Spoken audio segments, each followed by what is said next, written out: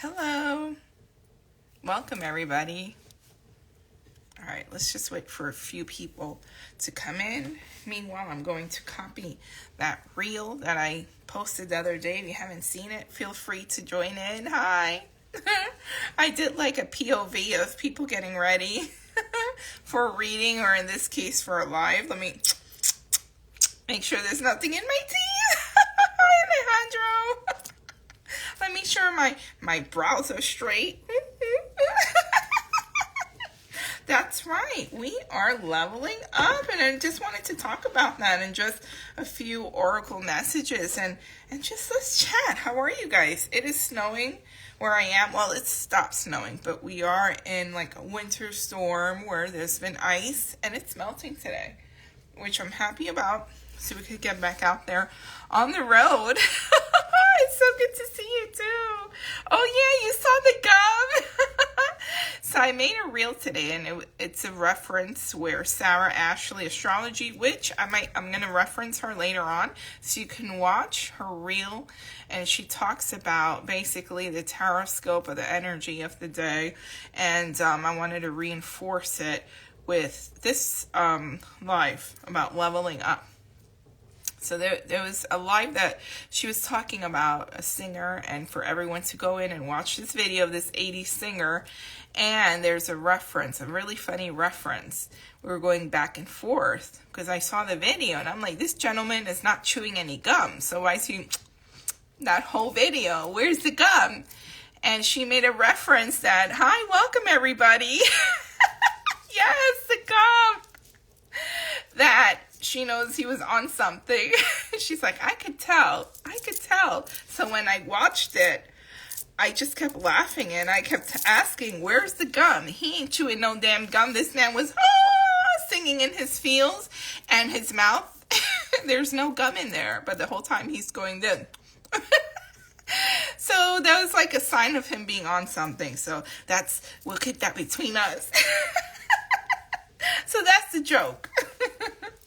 So watch that video, the original one. The Chocolate Chronicles, yes.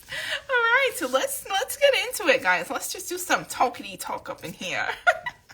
Leveling up. I really feel, guys, that this is definitely a time to stay still and just take it all in. Have you guys been feeling that? And it's not just because of the weather. I really feel it's the timing of things. And it's in the stars, and this is called alignment, holy alignment.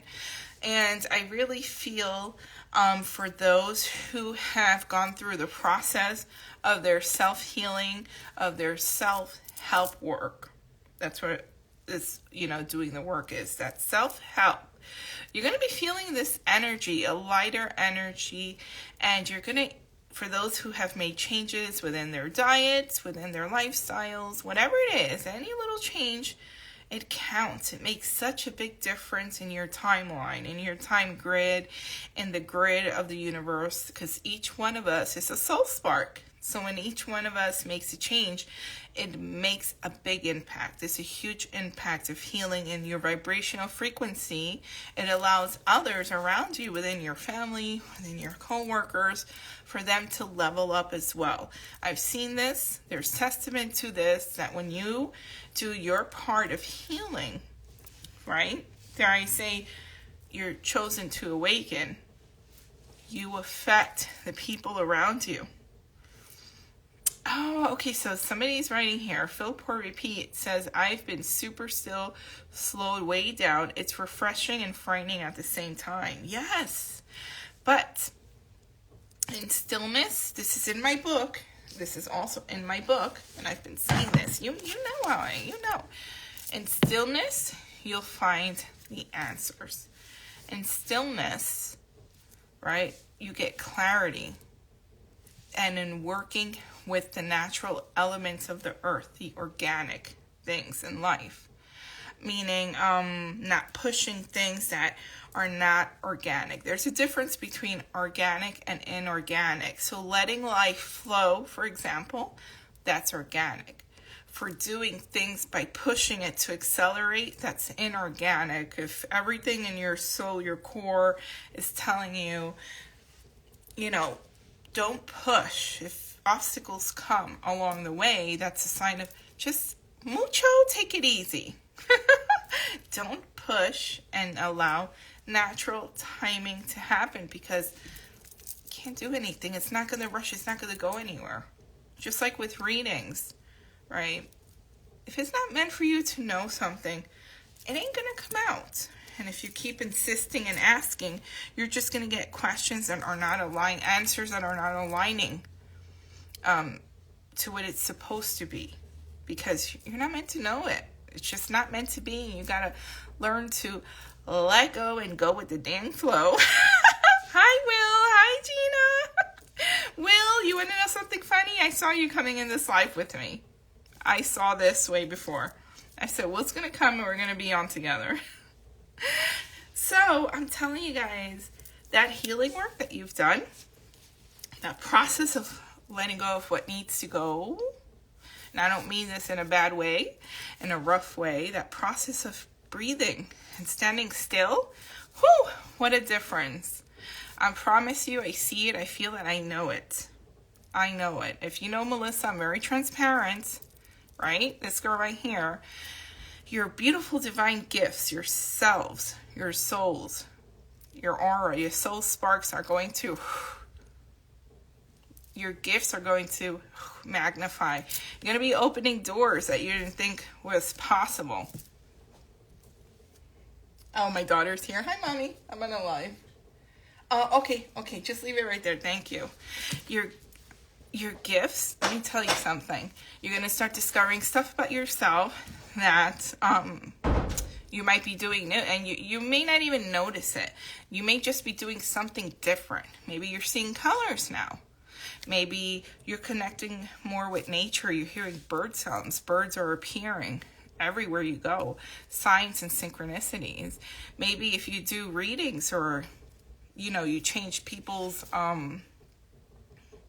coding, if you do coding work, and I don't mean physical coding, I mean spiritual, you're doing it in a different form. You're like, hey, I could see now. I would see lights above people's heads, right? Children too, like walking in a Walmart or something, doing grocery, and it's with my third eye. I'm like, this one has a light on, that one doesn't. There's a light above this one. There's many people that are awake, and some are closed. The light is turned off, and it glows above their head. And I asked one person about that, only one person at the time.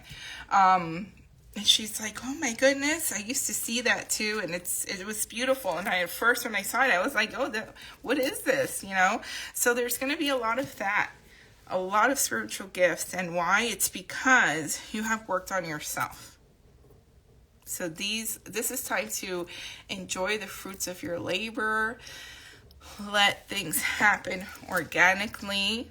And see where life takes you. I want you to live in this moment, be in this moment, because it's such a beautiful, soft energy. And when Sarah reads the stars, Sarah Ashley Astrology, she was reading the stars, and she said, I don't remember exactly what she said, but it's the energy within these 2 days. I'm not sure if it's the placement of Venus. I forgot what it was, but it's very much a planetary and astrological time of love. Even with, I think it's an asteroid or something that's they said it's green. I thought it was supposed to be yesterday that was going to pass by. Have you guys heard of that? But it was so cloudy here. We were going to stay up until 3 in the morning to see if we see it, because we looked up like the time zones, but it's too cloudy. We can't see it. So how are you guys feeling? I wanted to check in with you guys and just share what's going on this end. Very much a healing journey for me on this end. I took a little trip, you guys know. Welcome in. And as far as my gifts, I'm really excited. I'm seeing and doing things that, like, it was a flash. How I see things sometimes, it's like a movie strip, right? And it's fast. It's really, really fast, and it flashes. And then I'm like, was it what I saw? I have to sit with it. Is that something coming in the future? Did that happen already? Why did I see this? It's like a film strip. And it's so fast. And then when the moment's here, I'm like, oh, that's what it was. So, I just wanted to share about that with you guys, a little bit of what I've been doing. So sometimes it's really emotional for me, and it's like if I'm sitting, I'm speaking metaphorically now, in a seat, in a passenger seat. Well, not a passenger. Let's say you're the driver, and I can sit in your chair, and I can see through your eyes. And that's what's going on. And then I'm understanding things that I have done within my life, because it's part of my life's purpose. And I'm like, oh, I get it now. So sometimes it's beautiful, and sometimes, guys, let me tell you, there's nothing there. And that's what's scary, because when I saw it within children, I was like, I don't understand. There's literally nothing there. It's like, it's a vessel, but it's like if there's no conscience, there's no feeling sorrow, there's no feeling bad about anything. And it was scary, and it was sad, and it's I can hurt people, but they really could sleep. It's like and they could go to sleep. And this could be with violence and things of that sort. Yeah, they could just go to sleep, and it really means nothing. But then I saw in the head of someone, and I'll spare this person just because I'll give them a chance. But there's like a familiarity, so that's why they don't hurt people, because it's a sense of, they're familiar to me, so I'll leave them alone. And some of them don't even see that familiarity. It's, I'm going to go and hurt people, and that's it. And when I was seeing that, it's scary being in people's heads. Oops, I gotta put don't disturb, because I'm getting so many notifications, and I forgot to do that. Hold on, I hope I'm back, because phone calls start coming in. So that's what I mean with what's happening with me. How are your gifts leveling up, or what's being changed in your life? I would love to hear you guys comment. So when I sit in the passenger seat of these vessels, it's interesting. It's interesting. And when I see through these people's eyes, and I'm only talking about the negative aspects, I'm like, why is there no conscience here? Like, why don't they know what they're doing? It's bad. It's hard to explain, but it's a feeling of numbness. There's just numbness. They're just going and being. And it's like two personalities. And then I saw it. They could shapeshift, and they can be your neighbor. They can be your male person. They can be such a kind person, but inside the vessel is totally blank. I don't know how to explain it except with the words that I'm using. There's nothing there. They're able to shift their personalities to morph into what everybody else is in human form, to attract the innocent. And then their true form comes out, and there's nothingness there. That's just really crazy. When I had to see behind that, when I had to be the passenger behind those eyes, that was really crazy. Hi, Gina. Hi, Sarah. Yeah. So, and I understood as my journey continues, there's more to come with my gifts and of being an oracle and seeing things, and the real genuine 144 oracles, should I say. Whew. Wow. And then being behind the eyes of just beautiful angelic beings, of anybody who works in the galactic, of anybody who is not awoken. I don't have words to explain the things that I'm doing except what I said. I can sit in the chair of the driver and see through their eyes. And I've cried a lot when that happens. And then I have to come back to myself. Hi, Sarah. I was just talking about you, too. I'm repeating myself a lot sometimes, too. It's like, as I channel, I get like this little moment of amnesia, too. So that's what's happening on this end. And I'm changing my habits with eating, and working on myself and my journey and healing, and my gifts have just, it's so much, you know. And I feel like there's going to be a turn and a shift too. You know, some people use this as gimmicks. You guys know I'm transparent, so I'm going to say it how it is, that, oh, it's for a limited time only and stuff like that. It's like a sales pitch. It's a gimmick, and I get it. It's to sell whatever it is, whether it's shoes or palette, makeup palette for a limited amount. And sometimes you're only allowed to make a certain amount of something. And then you sell out because you didn't get enough stock or whatever. But I really mean it when I say I don't know how long these timeline readings are going to last. I really feel like it's going to morph into something else. So if you were able to sit down with me and get a reading, I appreciate you guys. And everyone who got it was supposed to get it. And whoever gets it from now on until the time comes for me to transition to whatever it is going to morph to, will get the next round. You know what I mean? So I'll catch you there. Hi everybody. Hello. You don't believe on the 1444 or 444? No, that's okay. I missed the kids. They were kidnapped. Oh, okay. And I'm glad you're saying these things because, guys, I want you not to be deterred. I was on a live, the other day, and there was a new follower who wrote to me on the live because I was doing questions and answers, and they wrote, they were testing me, and they were like, oh, I have a word, and I told them that, you know, basically you'll say the word if it's real or whatever. And all I was doing was answering questions for people doing mini readings.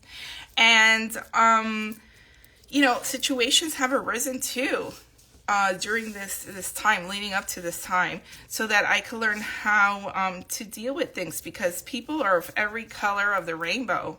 They are personalities, beliefs, you know, race, color, whatever, every colors of the rainbow.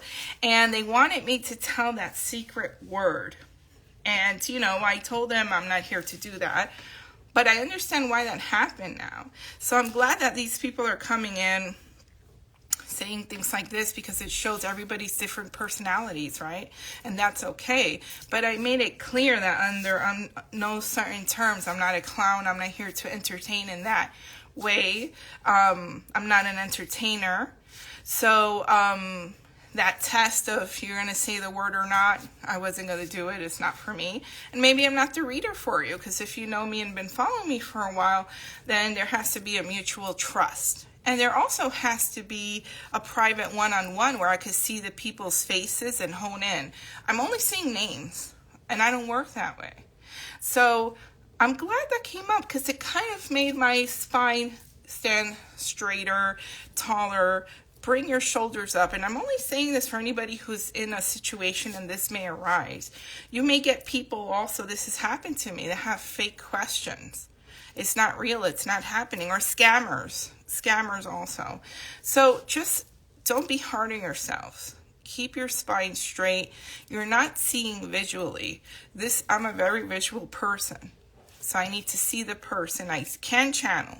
And I know what my gifts are. I do a lot of things. And I can channel.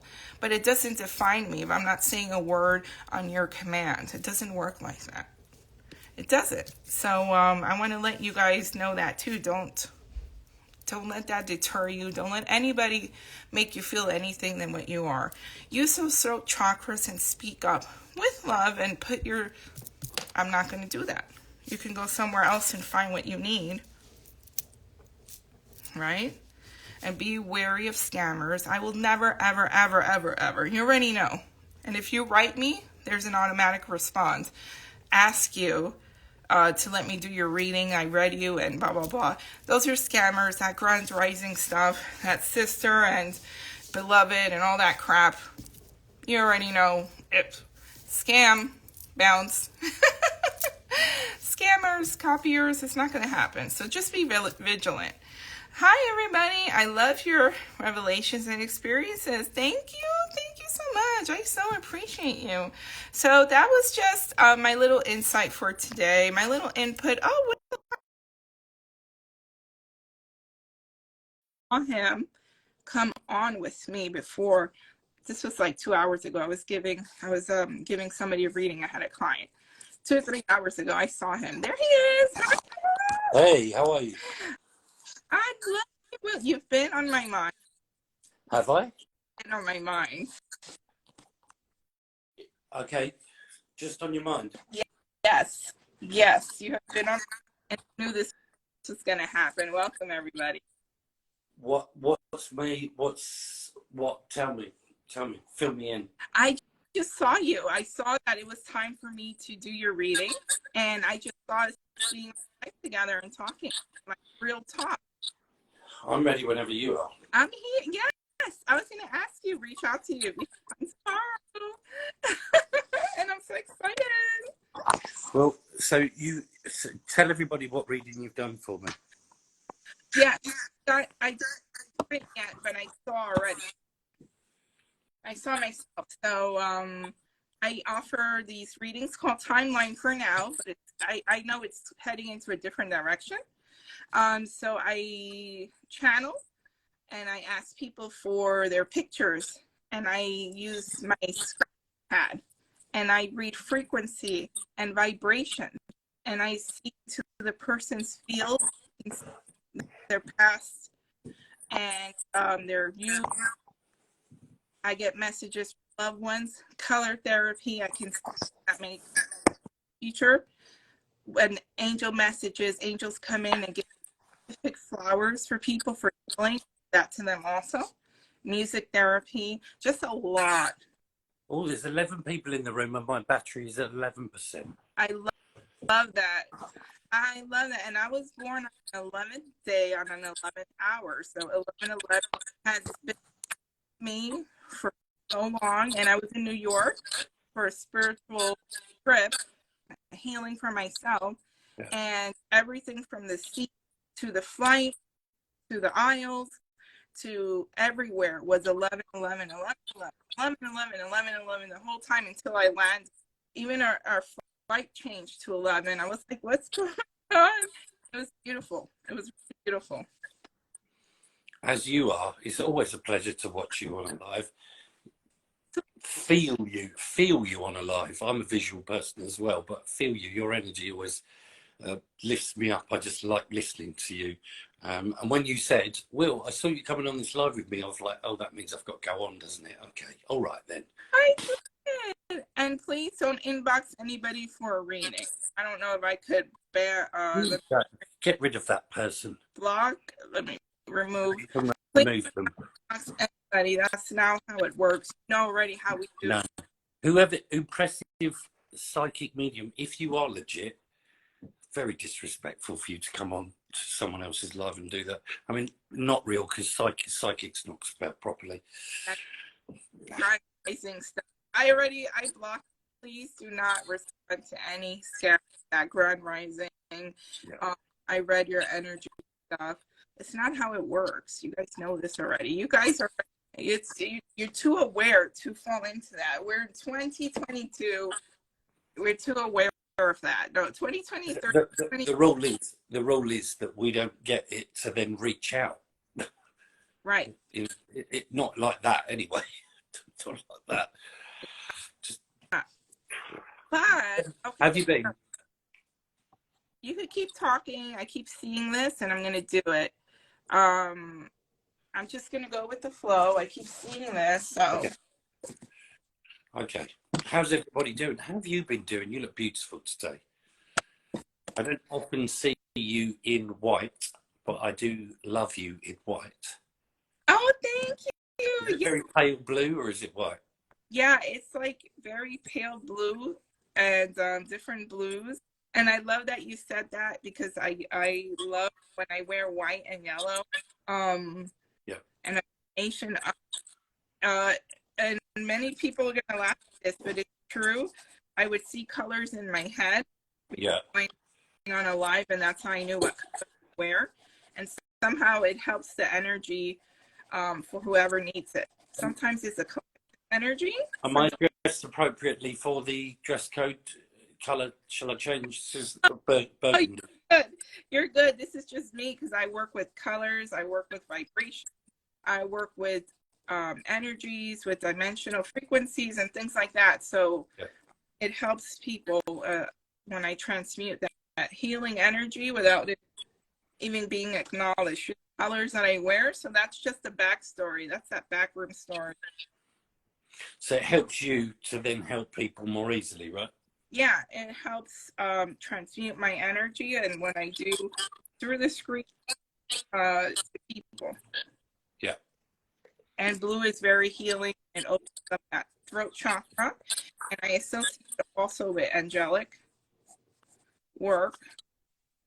And I wore a red T-shirt on the live the other day. First time I've worn red in years. First time I've ever worn red on a live. I hate wearing red, but I had a reading of what start last year, maybe the year before, where the Emperor card came out for me, and the Emperor wears red.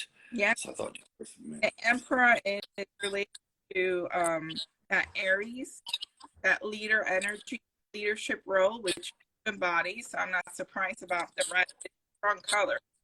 I used to wear a lot of like red earrings to tone out, and Mars energy. And dare I say that divine masculine. Yeah. I'm just going to shut my door. My washing machine's making really weird noises. There's someone around you, Will, too. They're having me draw for you. Say that again?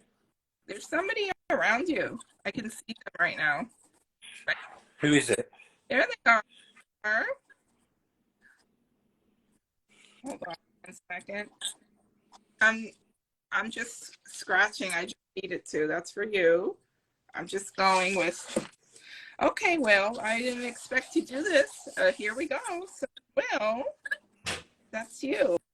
Will, you very much are like a protector. And if these remind me of, you guys can help me out with the terminology. All those, it's out of steel. And they have like arrowheads, and sometimes they would put them in fences, so no pigeons or something will lean against them, right? Mm. And they're all around here. Okay. And they really wanted me to tell you that it's just very much of an embodiment of protection, and your shit is not going to penetrate, and it's everywhere. It's all over your core energy. Do you mean other people's shit? Huh? Do you mean other people's shit? People's shit. No.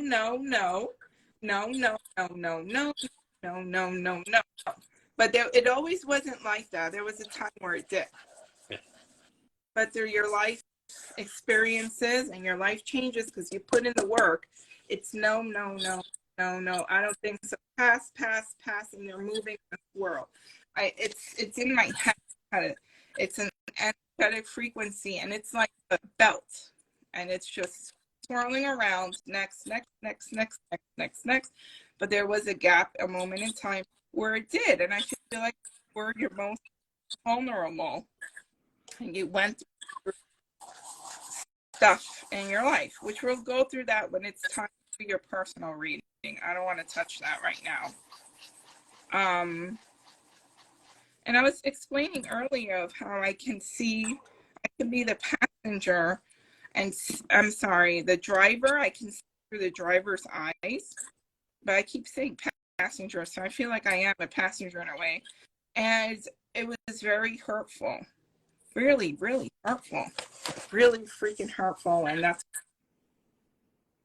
right here. I don't know why they're pushing me to do this now, but I think that's a great metaphor. How we can be driving the vehicle of our life, and we are driving, but sometimes we can find ourselves on the back seat looking in and not feeling in control of that vehicle, if you like, and someone else can take over. What was it I say in my one of the pieces of work I've got on my page about noticing notices, and that we can notice that some passengers are not passengers at all as they try and cover our eyes, grab the wheel or demand to drive, and can be left wherever we notice to do so. All we have to do is allow ourselves to notice.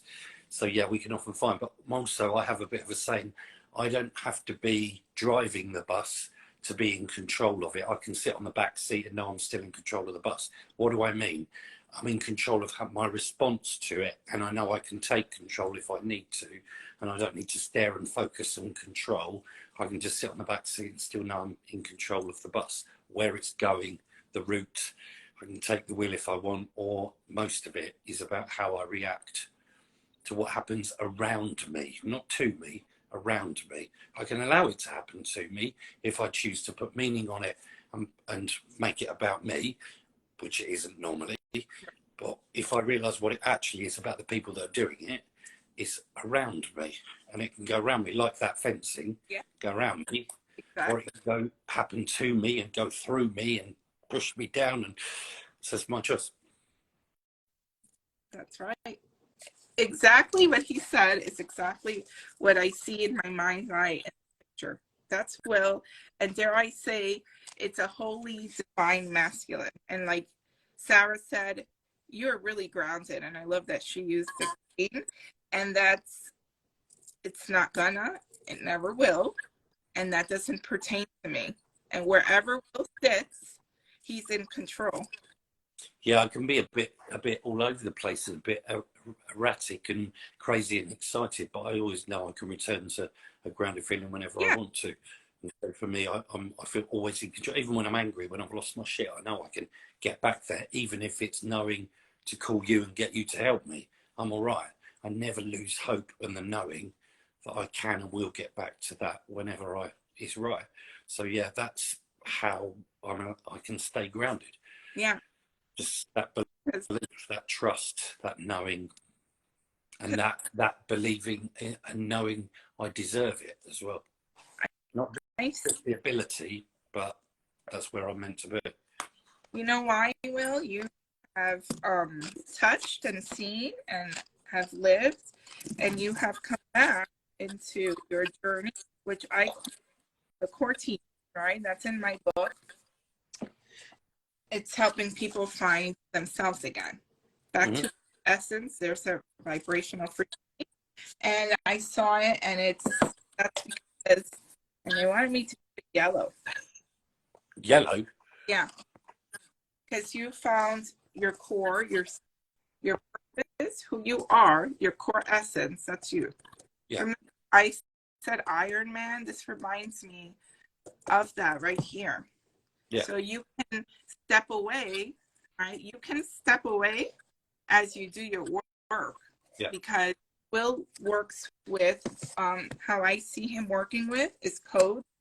And he literally will fix DNA and codes, and he sees, the misalignment when he channels with someone, when he does his coaching, where he works his magic and he puts it back into place. This is out of place. This is out of place, like Tony Stark's, right? This is out of place. And that Will does. So that makes a lot of sense. But at the end of the day, he comes back to who he is, to his core, to himself, to where all honesty lies. And that's for all of you. We can all do this. Where is where you to yourself, and this is not living in anybody's will, like your name. It's living for your own will, own sense, for your name, literally your God-given name. That's what you're coming back to. Yes, your senses. You can grow up, you can go and branch out. That's in my book too, and learn from many different people, because that's what we're meant to do. Take messages and sift it out. Recycle it. I don't look at other professionals as much as people say to me, have you seen this coach, that coach? I don't really, not because I don't believe in them. They're amazing, I'm sure. I don't feel the need. Perhaps I would learn more, but I do know that most of the skills, I guess, most of the knowledge that I've accumulated has been from the people I actually help. Yes. Yes. Yes. And that's where the teacher becomes the student and the student becomes the teacher. I was just talking about that in my class, and I've it's a post on my page, but of course I'm not claiming that old proverb, with the student is ready, the teacher will appear. I believe that what it really means is when you're ready to learn, a teaching experience will happen. The teacher isn't necessarily a person, it's an experience that can teach you, but it's only going to be a teaching experience if you are ready to become a student and learn. So therefore, when the student is ready, when you are ready to learn, the teacher will appear, the lessons will be shown, but only when you're ready to learn. And that's what I believe. I very well said. I love They're you. there already. They're there already. We just like to get burnt by them over and over again sometimes. Yeah. Yeah. And this is leading me to what I was talking about earlier is I really feel Ashley astrology. You should watch, you guys. I encourage you to watch her her astrology reading for the next 2 days. Feeling that I really feel there's a leveling up, and it's because a lot of people are doing exactly what you said, Will. They are learning from each other. They're learning from others. They have literally put some time into themselves to go back and some wounds, whether that's seeking professional help, whether that's looking in the mirror and things that you need to address within your own character. Were you just in my class? You are literally repeating half the things I said there. It's all coming up. Exactly what I've just been talking about. Yeah. Sometimes we need to look in the mirror. Sometimes we have to look in the mirror and go, this is me, I'm doing this. Yes. I need to sort it out. Yes. And see the good, the bad, and the ugly within yourself. And like, all right, I'm going to work on this. And then you start seeing, this is why I do the things that I do. I get it now. Well, there's a lot of people holy help. And when I say holy help is literally sifting through, quieting the noise and going straight to the source. And when God holds the mirror to you, let me tell you, it's freeing. It's shameful when we look at that mirror and you're like, fuck. But then you heal yourself and then you're not ashamed. You're like, oh, this is right. I know you say you heal yourself when you're ready to, of course. I mean, we've got to get there ourselves and decide that that's what we're going to do. Because of course we can look in that mirror and feel shame and then allow that to drag us down further, or we can look in the mirror in denial and not see it and blame everybody else. They're in victim mindset. But of course, that's why the saying, I believe, is when the student's ready, the teacher will appear. You've got to be ready, and then you will learn. Because, it's not just going to come along and teach you without you being ready. You've got to be ready. So as you look in that mirror, I'm not looking at anybody else. I'm looking at everything that I did. What did I do? What am I doing? What can I change? And therefore, these are the things I'm in control of. And it isn't about guilt and regret and all of that. What a waste of time that is. As long as you've identified it, what you can do with it next. We aren't always to blame for the situations we find ourselves in, but we are responsible for whether we stay in them or not. When we're aware we're in them, and believe it or not, sometimes we can be a bit blindsided. Another post on my page, the lies we tell ourselves. Sometimes we can literally be lying to ourselves and believe everything's great or not. Sometimes we aren't even aware of those lies. We're just not seeing it. But if your life isn't working, if something's not working, go immediately with what can I control? You can only control your behavior as I can only control mine. And therefore go with that first, because you want it to be that. Because if it's that, you can change things immediately. If I've got to wait for you to change to make our situation better, I might be waiting forever. So I want it to be me. I want to be the one that's responsible. I want to be the one that needs to make the changes, because I'm just going to go and do it. Yeah. Because if I've got to wait for you, you might not feel the need to change. So we'll be here forever, right? You're on, we are on our own journey. Yeah. You cannot, please hear me, cannot rely on someone else in journey to make you happy or make yours better. Look in the mirror and do the effing work. I've been doing a series of really, I don't know, it's just straight talk, real talk, reels, because sometimes we need that. Don't rely on someone else to fix it for you. You got to get up off of your ass, look in your own mirror, and look at yourself in the eyes and say, shit, what am I doing? It's the patterns that are repeating, because you're repeating it. Yeah, I mean, I've had in the past, and I always say it's always been females. I guess that doesn't always have to be. Well, I always attract narcissists. Yeah. Now, I know I'm spiritual and I believe in energy, etc., manifestation. However, you have not got a flashing neon light above your head that attracts narcissists. What you really mean is they come to you and you let them in and you ignore all the red flags. Now, of course, as I meet you and you've got red flags in my eyes, there's things you do that I don't like. You aren't aware of your red flags. They're your red flags to me. And if I don't point them out, you're not going to be aware of them. If I accept you in a relationship, you're going to think we're all good. And so then 6 months later, I'm moaning at you about the red flags I ignored in the first place. You'll be like, what are you talking about? What's the problem? But of course, as one of my clients very smartly said to me, as we look at our world with rose-tinted glasses, those red flags just look like any other flag. And if you choose to ignore them, you are accepting them. And therefore, don't accept. The other person doesn't know they're there. Tell them. Just check. Why is it you do that? What's happening with that? And notice, how does this feel? Always go with how does it make me feel? Because I don't feel right. If I'm ignoring this, it doesn't feel right. I'm responsible for it. And of course, I help people that then get stuck in relationships because they feel guilty because they've ignored it in the first place. By the way, you can leave anybody any day that you want, if you want. Because ultimately, although we think everybody's judging us, most of the time it's just ourselves. Yeah. And you'll be all right. But don't stay in any situation you're not happy, and certainly don't blame the fact that they do other things around the house, or you've been with them that amount of time, or you ignored it in the first place. Just do what feels right. But do the right thing at the right time for the right reason. Have some integrity. Just, if we could just stave off falling in love with people for about another 6 months, we'd be all right. But we get in it. Yeah.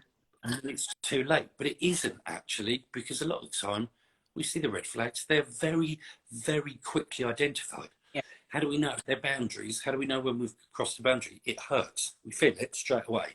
It's not like for the first 6 months they're not there. I cannot believe that. They're going to be there. Yeah.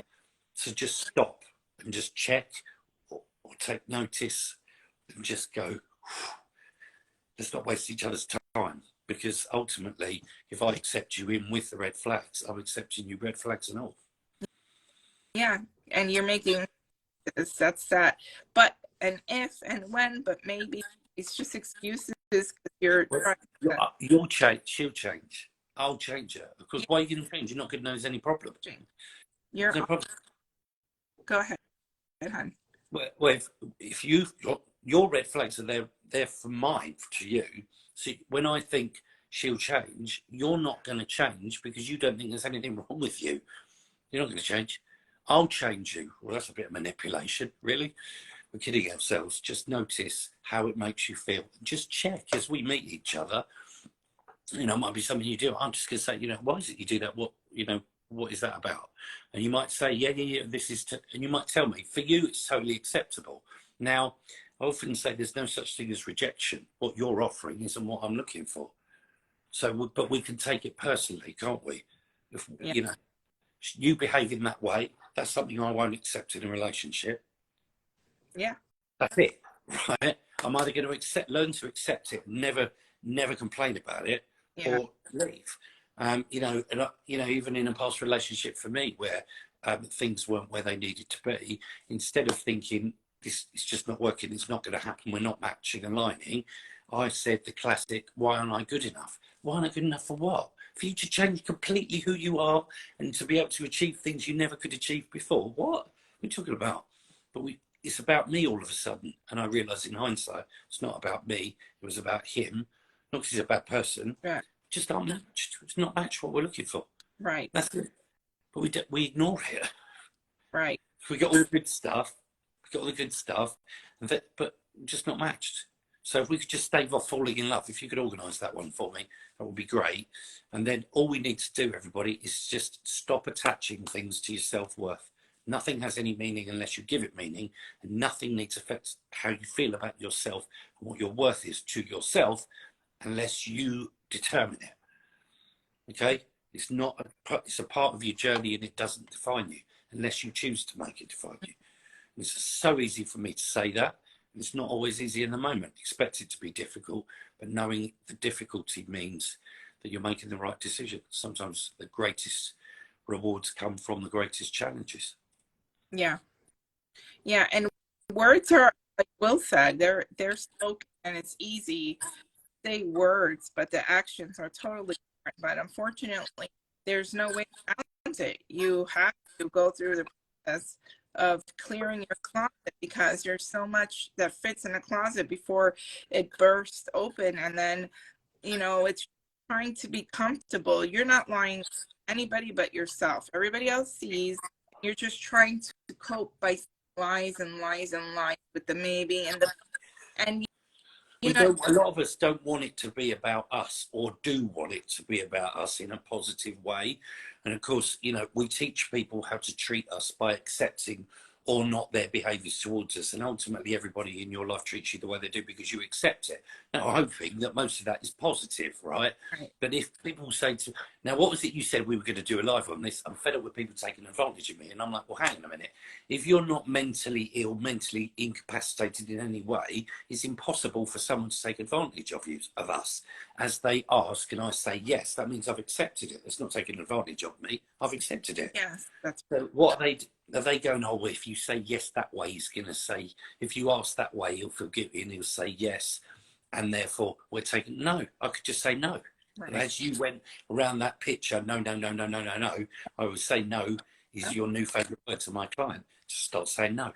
Even if you could say yes, what are you doing? You're showing yourself you can say no and the world doesn't collapse. You're teaching other people that sometimes you say yes and sometimes you say no. Right. But if you say yes all the time, they're going to expect you to say yes. And if you say yes all the time, you're going to expect you to say yes and then feel guilty if you can't, which is ridiculous because it's not your responsibility in the first place. Mm-hmm. But you build up who you are, and we give. And then after a few years, it's, I always give everything, now I'm not getting anything back. Well, of course not, because if you taught the other person in your relationship, you give and they receive, just because you put down the mantle of giving, they're not going to pick it up. So from day one, make sure there's give and take, make sure it's balanced. But you can't expect someone to just know, I'm going to stop giving now, therefore you need to do this for me. No, actually, you've taught them that you give. So don't give so much, and never give 100% in any relationship, because then we get stuck. I've given everything. Well, that's why you can't break up, isn't it? Because if it breaks up, then you've lost everything. Don't give everything. I like that you said that, because I mean, my friend, this is real. If you give everything, you're going to be sitting in a circle naked, and you want to be naked. I know you want to dignity to yourself. I learned this lesson even as of recently. I reached out to Will, and I was sitting with what happened. I was like, huh, a lot of people I realize have trouble saying no, and it's we treat ourselves that way. I want to say things from our childhood. I want to everybody. We have a big heart, but at the end of the day, you have to learn how to say no.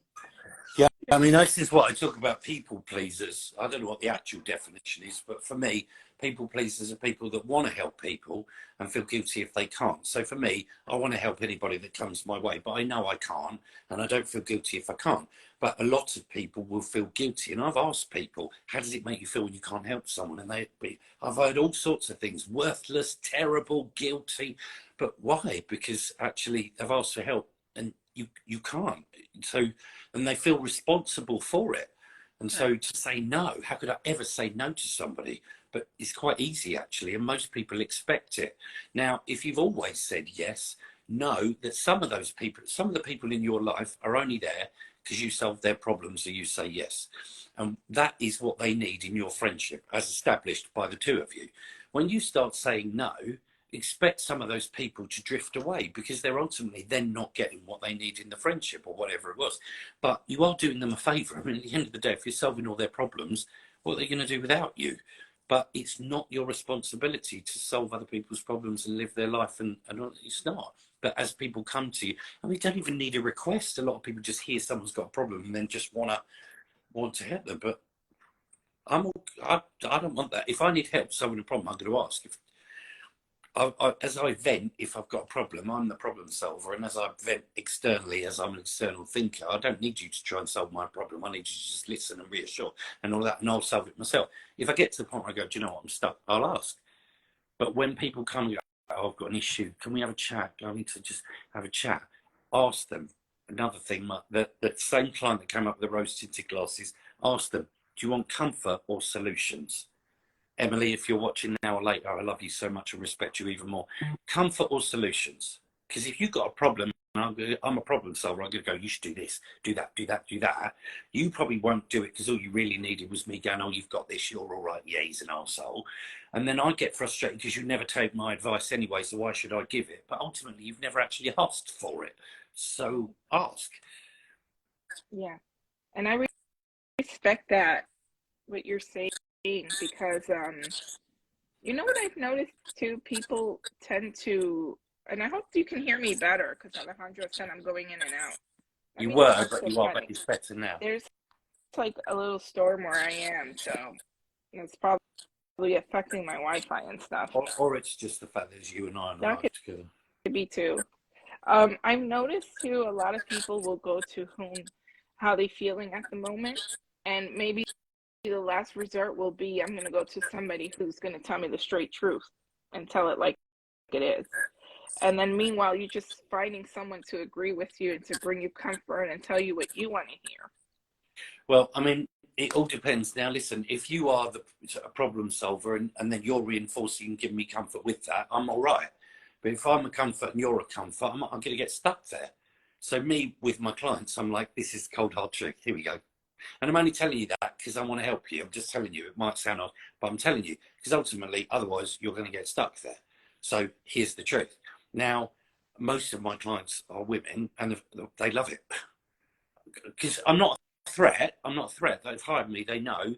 I'm only telling you this because so everything I do, everything I say, every way I say it is always with the goal of you achieving your goal. That means I can do anything I want, really, in a way. But noticing that actually, as I say, normally, are you fucking shitting me? As in, what are you telling yourself? Why are you doing this yourself?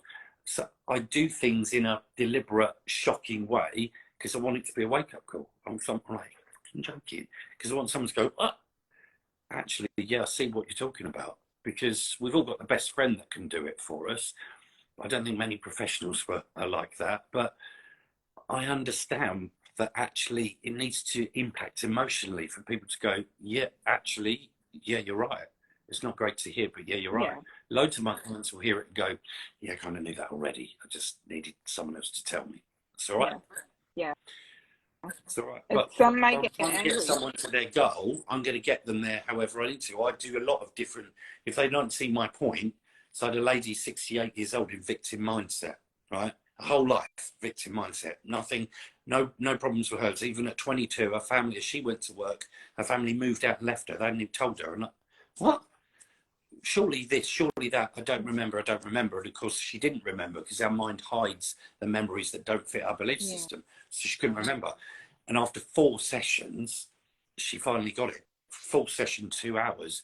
She called me brutal in my testimonial, brutal. And I had to get to the point where I was shouting at her. Now, it's acting. I don't like to do it. It's rare I get there. But sometimes people need that, whoa, this is serious. Because if I go, okay, yes, that's all right. Yes, okay, all right, then it might be this. People don't get it. As we take in information 3 different ways, as I talk to you, the words I use, my pitch, tone and volume of my voice, how I say it, and my body language, 3 different ways you receive the information. Only 7% of the information is the words. 38% is how I say it, and 55% is the body language. So if my words aren't getting it, and I've got to raise my voice, I'm going to be like this down the screen, going, you shit me, what do you... Because I want them to go, well, and you will feel it more. You will feel it more. Again, why am I doing it? Because I want to help you. It's rare for me to actually get angry with a client. I can get frustrated with, I don't get angry with people. I get frustrated with the situation. But I know that I will get there when I get there with a client. And after 4 sessions and 2 hours, and we were both exhausted, of course, she, as I'm packing up, I could hear her she'd lost everything. Her identity had gone. What am I going to do now? What have I done? What have I done? All the people. And that's, it's all right. You got a chance. You got an opportunity now. You can be whoever you want to be. And much respect to her. At 68 years old, she turned her life around. She's taken responsibility. She's made amends with people. Aware of it. And then I had a male client who hired me. And after the first session, I was like, right, the good news is you're in victim mindset. Because I'm like, great, this is it. We can move on. I disagree. I said, huh? Sorry, what? No, I disagree. I said, okay, listen, it's my job to show you this, but you've got to, you can either decide to let me show you, because you could have said to me, well, I don't see it. Could you explain? Right. Could you show me? Or if you don't want to decide that, if you want to decide, I'll give you a refund. And he took the refund. He wasn't ready. He wasn't ready to hear it. It's a very safe space to be as a victim. And then what we got to do when we get out of it, we've got to take responsibility. Because all this stuff that happened to him his entire life, none of it was his fault. And I'm thinking, what? I couldn't bear to be victim mindset. I couldn't be stuck. I'd rather go, yeah, that was me. Sorry, embarrassment. Right, let's move on. Yeah. But he wasn't ready. He wasn't ready, so I gave him a refund. Yeah. But I'd rather, them saying I'm not ready. I've had that too with clients that don't want to hear and they're not ready. And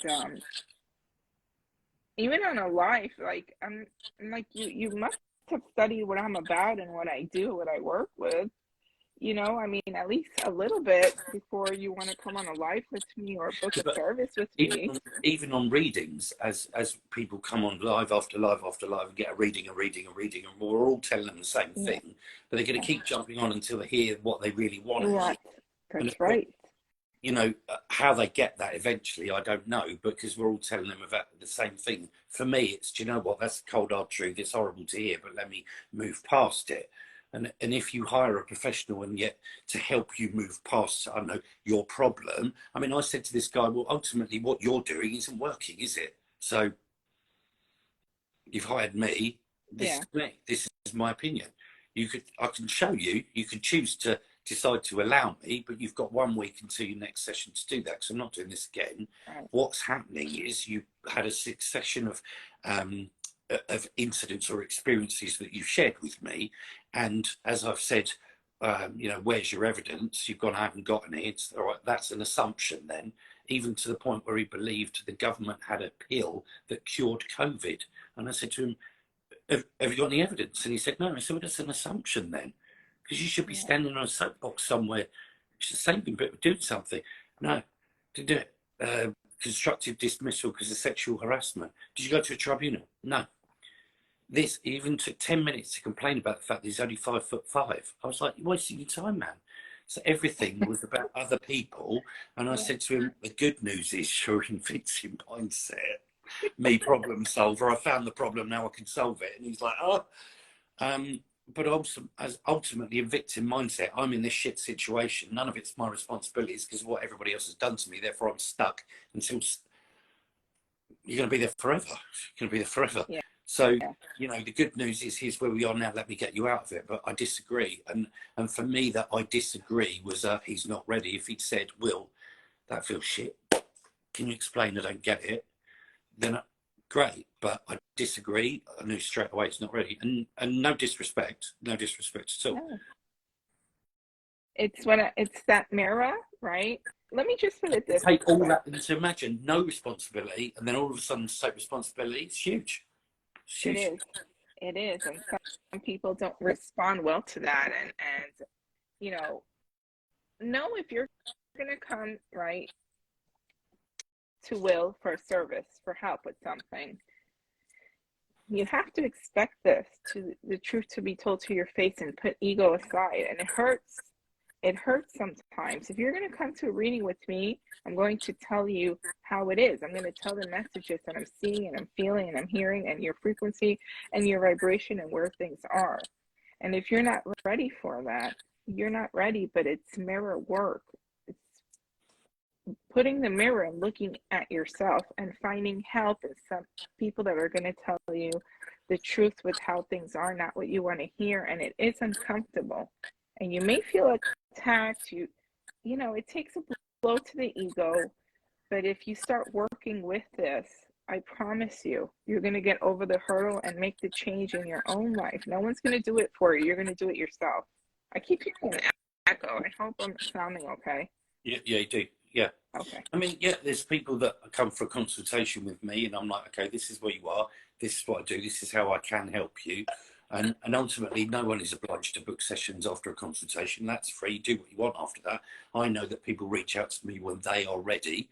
And then it's, I'm thinking about it or I'm not ready yet. And then they'll be getting card readings and this over and over. And I'm thinking, every time I'm watching, I'm like, I've already told you I can help you with this. I've already told you how I can help you with that. And of course, it's just very different. I think with the card reading, it's almost like there's a glimmer of hope that someone's going to pull a card that's going to say to me this. But card readings are great, but they are foresight, and we can either go with it. We tend to go, lots of people tend to go with it when it's bad. Yeah. Why? It's foresight, change it. Right. Or if it's something good happening, great, reinforce it. But ultimately, we are the authors and narrators of our own story. The best way to predict the future is to write it yourself. And of course, things are going to happen randomly, but if you put one foot in front of the other and head towards that direction, you're ultimately going to get there. It might be slightly different. It could be influenced from the outside world, as I like to call it, other people, but you will get there. But if you're not doing that, because you can't see your destination, you're in the dark, walking around in circles, lost, tripping over yourself. You might need a lighthouse in the storm or something, or just someone to give you hope, a light at the end of the tunnel. Sometimes that is a shoulder to cry on and a very easy approach. If that is your style and you can't take more than that, I'm not your guy. Now, it's not like I'm really harsh. I am really empathetic. Yeah. I've been known to shed a few tears or two, and comforting is great. But if you're sitting on your arse all day being lazy and really late, I'm going to kick it. Yeah. But when my clients well, I really can't, then okay, you really can't. But come on, let's go. Believe in yourself. Let's get to it.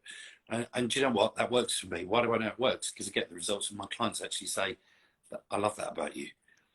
I was going to just say that. I love that about you. Because you're like, I'm tired of excuses. I'm tired of you telling excuses to yourself, and it's telling it how it is. Yeah. That's exactly what it is. Judgment for me. If you say, you know, I can't, and I say, what's stopping you? A lot of people say nothing. Well, something's stopping you because you're not doing it. Let's find out what's stopping you, and let's do it. Sometimes what's stopping you is you don't really want to do it. It's not worth it. It's not for you. Great. Now we found out. Let's not go down that path. I'm not worried. All I want to do is get you to your happiness. It might not be where we originally were planning to go. I'm not judging you. You're not accountable to me, although a lot of people feel like they are. Not accountable to me. I just want to make you happy. If where we're going with this journey is now you change your mind or it's not working, just tell me and we'll do something different. Just tell me.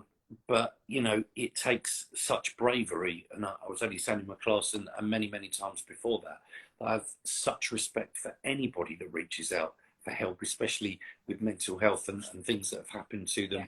And I'm always honoured, and I will never take for granted those people that bless me by choosing me to help them on their journey. I'm really blessed because I'm really good at what I do. I believe that I was put here to help people, and I'm blessed that I get to do that. And the most wonderful experiences meeting so many amazing people, both clients and other professionals, and then seeing them achieve their happiness. Oh my God, it's incredible.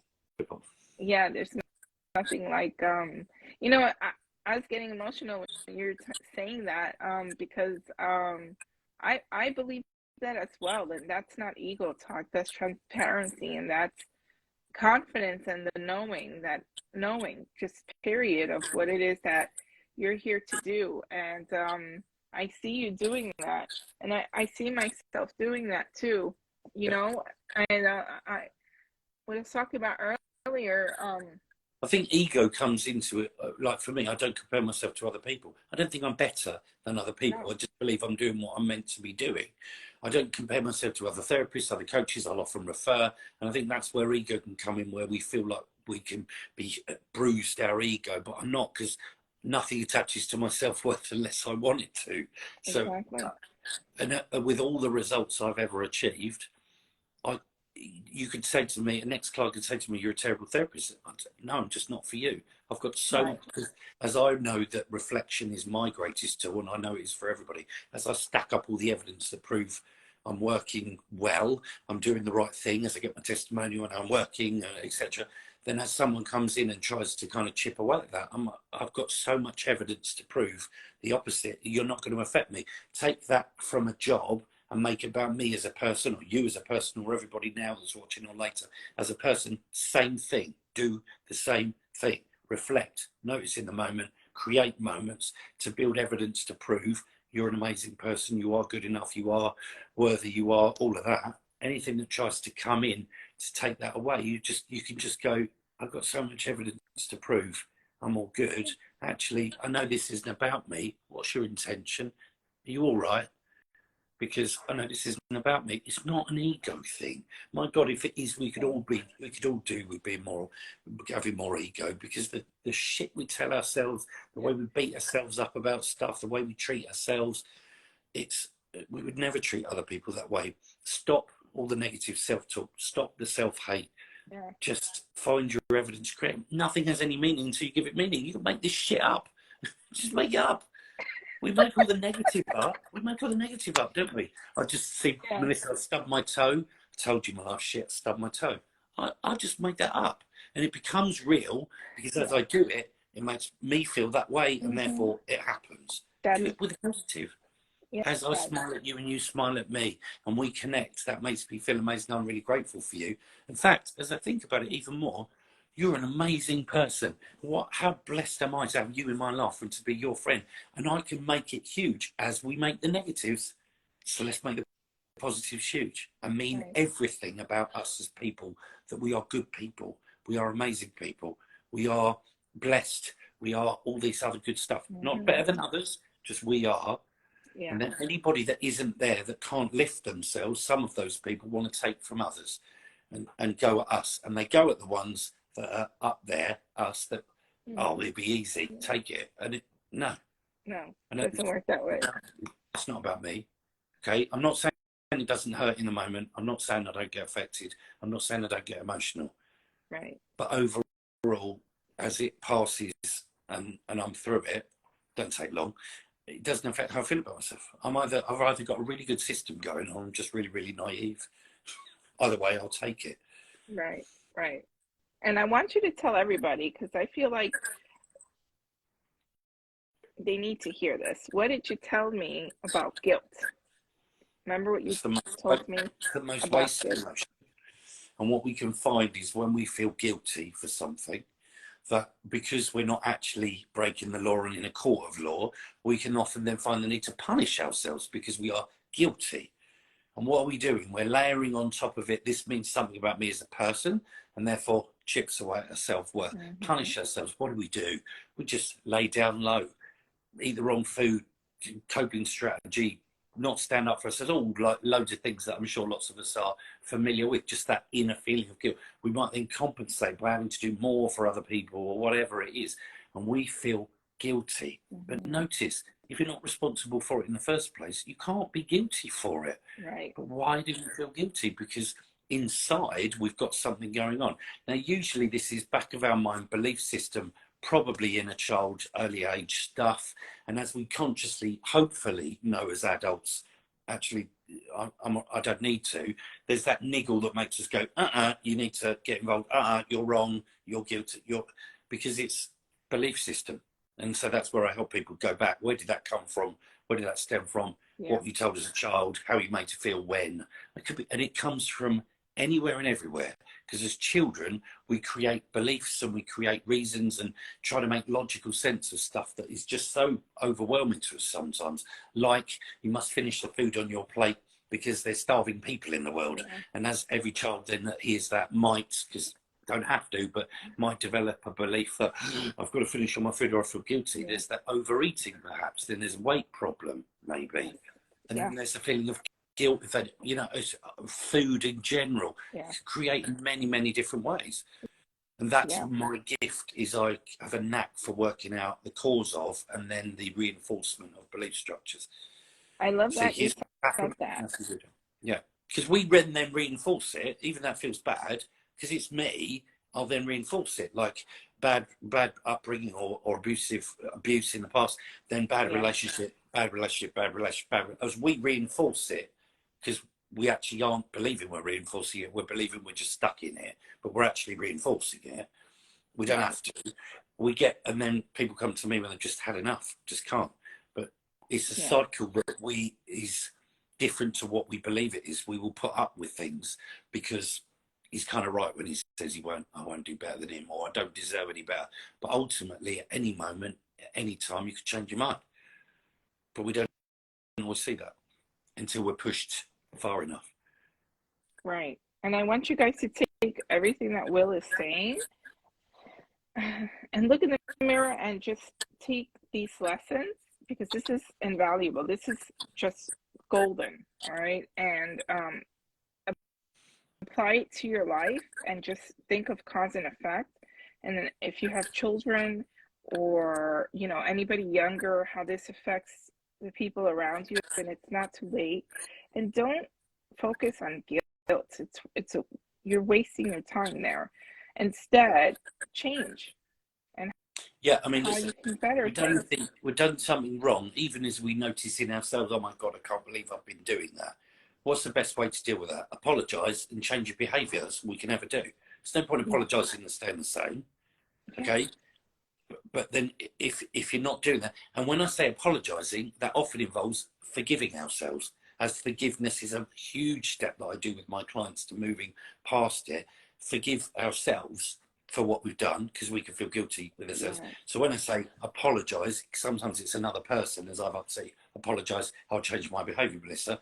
But as I realise it's me, I apologise, I forgive myself and change, because otherwise, what's the point? What's the point?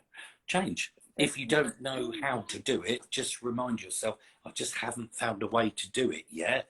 Hire somebody, ask somebody, do something. Do something.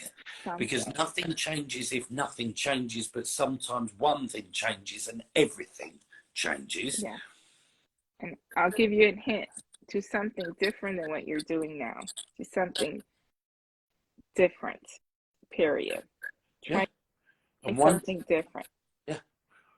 If what you're doing isn't working, do something different. You know, a lot of people will say, you know, I always do it like this. It must be your problem. No, actually, you know, it's like when I worked at the grocery store, we'd get typical managers that weren't flexible with their approach. And someone would be brave enough eventually to go, oi, why are you talking to me like that? And the manager would fail to see that actually, rather than what they believe, I've always done it this way, it's your problem. Actually, the other people just weren't brave enough to stand up and say something. But we're all different, and we can't expect everybody to behave or respond in the same way. And a flexible approach, knowing that actually, if what I'm doing isn't working, I've got to try something different. I don't know what it is. Someone help me, please. Or we can blame other people, as we often do. And of course, as we do, I had a lady behind me once who was in an emotionally abusive relationship, which I had to point out to her. And she said to me, well, he does do a lot around the house. I said, you're not persuading me that you can balance out abuse. There's no amount of walls you can paint and dishes you can wash. That you know, you can't balance it out as you're trying to justify it. You'll never persuade me. But you have persuaded yourself, and that's why you stay. Well, I have been with him 9.5 years. Well, right, so now you feel guilty. It's like jail sentence. Now you've put up with it. You've accepted you've got to stay. No, you could leave him because it's a Tuesday. You just go. You don't have to stay. Nobody's going to judge you. I promise you. Right. But guilt's there. I've stayed. It's my fault because I've accepted. Well, if you accept the unacceptable, you are therefore making it acceptable.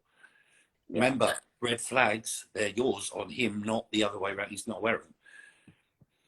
And if you point out the things and you don't like, and I'm going to leave you if you don't change, and he doesn't change and you don't leave, he's never going to leave. He's never going to change when you tell him you're going to leave him if he doesn't change. And, you know, things like women that date guys, I say women that date guys, it could be the other way around, who are married. I'll leave my wife for you. I promise I'm going to leave her. I'm going to leave her. Newsflash, ladies. If he doesn't leave her straight away, he's never going to leave her.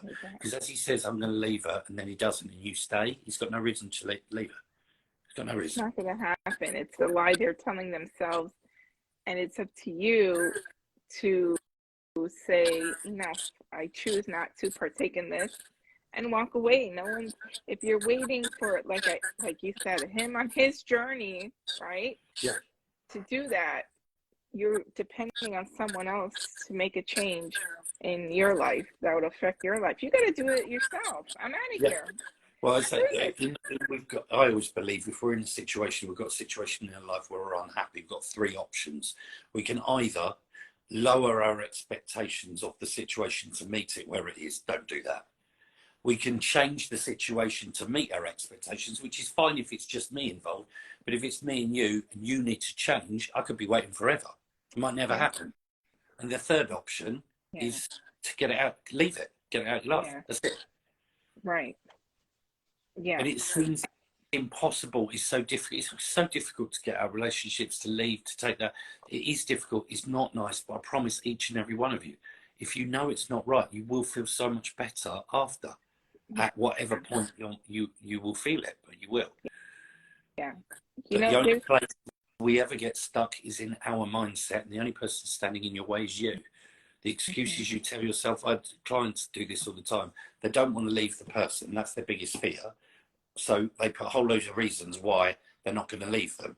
And these reasons on their own would never stop them doing anything. They're ridiculous reasons. Right. A whole list of them, loads. No, they're only telling themselves and persuading themselves, this is stopping me because they don't want to do this. Right. That's all it is. And sometimes I'll say to a client, if you don't want to do it, we don't have to do it. Don't do it. Try and sort it out. But all these reasons, are you shitting me? They'd never stop you. Never stop you. Put it this way, if you were on a phone call with your friend and they're telling you all the stuff that you're saying, you'd be rolling your eyes like you're just making excuses, right? You would tell them, like, wake up, you're making excuses. So sometimes I'll say to you, if it was me with you or your best friend came to you with this, what would you tell them to do? Because we all know the answers. We go to other people, we know what they're going to say. We just need somebody else to say it. And as I do that, and I have the blessing of being able to do that for people, and sometimes they're unaware, and I will say, listen, as I say, we aren't always to blame for the situations we find ourselves in, but we are responsible for whether we stay in them or not when we're aware of them. As I hold that mirror up to your face and go, it's not just in your head anymore, this is real. Today or tomorrow is day one. How many days are you going to stay in this situation? Exactly. And if you feel stuck and you can't get out, talk. We'll find a way out. But you're only stuck here. We're going to get stuck there. When is enough enough? I want people to write that sentence down and just write a list or write a note to yourself or just stare at it and let it sink in. When is enough enough? When is enough enough? And it's a really loaded question. It's more than just the words that are spoken. When is enough enough? If you're going to be with somebody, because like Will said, how many dishes they can wash, and but they're good in this way. It's your life to live. If that's where you want to be, hey. Notice when we lie to ourselves, look, if you decide to stay with someone, fine. But then it's up to you. I mean, as we go to a friend for advice, and I often advise my clients, I want you to be your own best friend, because you make sure they were looking after themselves. They weren't talking negatively to themselves. They were doing the right things for themselves. They give the best advice. We always know what we need to hear. Trust yourself and believe in yourself. You won't need to go to anybody else. And if you do, that's all right. But reach out and listen, because as we go for comfort, because he's an arsehole again and he's done it again, then notice what's going on with the friends. And so me, I'm not a comfort person. I'm like, what the fuck are you doing, man? What maybe first time it's like, what's happening here? This same thing over and over again. And if you ask someone, do you want comfort or solutions? Most people, I guess, will probably go, I don't know. I didn't even think about it. Some people just need to vent. Are you happy is a great question to ask someone, as I often try and solve people's problems that they aren't even aware of that they've got, as I hear it. Are you happy? Because if they say yes, leave them alone. Because ultimately all you're going to do is take away that happiness. But if you ask them and they're not, you'll see it all over their face. And as they realise that, what do you need? What help do you need? And sometimes, know, the things that stop us, just fear of the unknown. Usually, as we create that mountain, it's impossible to pass. It's huge. I've got to do this. Me, logical, practical. Right. What are your next steps? If you did decide, where would you live? Who would you contact? Yeah. What would the kids do? And as they plan it out and see it, actually, now know what. I had one client who was in a bad relationship, and he was the cause of a lot of anxiety and things. But she was so fearful of leaving him, she'd ruined all the relationships in her family and kind of almost made herself stuck. And she'd got 7 friends that had gone through a divorce. And I said to her, they'd all told her how painful it was to get out. And so that stops her because she's got 7 stories. I said to her, but they must have all told you how much happier they are now after the pain. She said, yeah, but so she's focusing on the pain to stop her leaving rather than how happy they were after. And ultimately, all she's doing once again is the ultimate fear of leaving was so big, she's just grasping at reasons not to and focusing on the pain rather than how good they all felt after, when she could focus on that. And she wasn't ready. And I said to her, you're not ready. The fears, it's not, I mean, I don't know what else to say, because ultimately, you're, in her first session, I told her you're like a child, like what's going on, stubborn tantrums. And it was just creation of keeping the belief system alive. Right. So that she didn't have to do what she feared most, leave it. And, you know, there is really is, no matter how I explain this, there really is no judgment from me. I do get it. And people do it when they're ready. I love to be able to help people get ready and be ready, but ultimately they're ready when they reach out. Yeah. And I think it's like planting a little seed for later. They may not be ready now, but it's like you have to make movement in your own life. We can't push you to the side and be like, okay, I'm going to do this and this and that. You're in your own shoes. There's nothing we can do about that. It's your life to live, not ours. And just quickly, I will say it. She wants to come in, or he wants to come in. I'm so sorry. I'm not sure. She's one of my clients. I'm not sure. She asked to come in. Yeah, she wants to come in. So is that okay? And for 5 minutes. I don't mind. It's your life. It's your life. I gotta make dinner for my family, so I could be on for 5 more minutes, guys. Let me bring her in. That works for me. Okay, let's see. And I'll send you a message, Will, about tomorrow if you're available, because I really want to do your reading. Let's see. Did it work? Oh yeah. Hello. Hi. Hey, how are you? You right? It's a rough day. It's just the day though, and tomorrow it'll be gone. Yep. Days can be rough, but remember they happen around us. They tend to a lot, actually.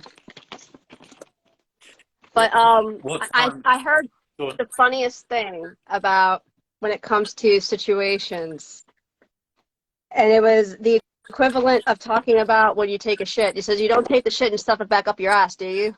And I said, oh my. I love that. And look, I love your name, by the way. Look at my owl. All across. You've been all right?